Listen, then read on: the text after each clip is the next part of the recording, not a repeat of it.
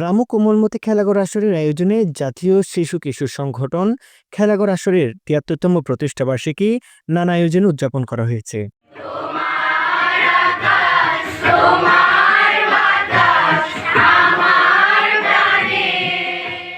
শিশুদের সৃজনশীল বিকাশ, নৈতিকতা এবং দেশপ্রেম গড়ে তুলতে ১৯৫২ সালে প্রতিষ্ঠিত এই সংগঠন আজও বহন করে চলেছে প্রগতিশীল চেতনার দীপ্ত বার্তা।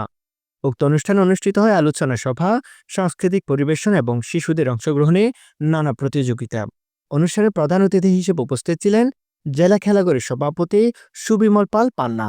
তিনি বলেন, শিশুদের মনন ও মূল্যবোধ বিকাশে খেলাঘরের ভূমিকা অপরিসীম। এটি কেবল একটি সংগঠন নয়, এটি একটি চেতনার নাম। বিলকিস নাহারের উপস্থাপনায় আলোচনা সভায় অংশগ্রহণ করেন মাস্টার মোহাম্মদ আলম, মানসী বড়ুয়া, নয়ন চক্রবর্তী, ডাক্তার বুলবুল কান্তি দে, নিলয় বড়ুয়া, দিবস শর্মা ও রাজীব বড়ুয়া। বক্তারা বলেন, খেলাঘর মুক্ত বুদ্ধির চর্চা, মানবিকতা ও শিল্প সাহিত্য ভালোবাসার এক অবিচ্ছেদ্য জায়গা। শিশুদের কল্পনা ও সৃষ্টিশীলতাকে জাগিয়ে তোলার জন্য এমন সংগঠনের প্রয়োজন আগড়ছে এখন আরও বেশি। অনুষ্ঠানে অংশগ্রহণকারী শিশুরা গান, কবিতার মাধ্যমে প্রকাশ করে তাদের ভাবনা ও স্বপ্ন।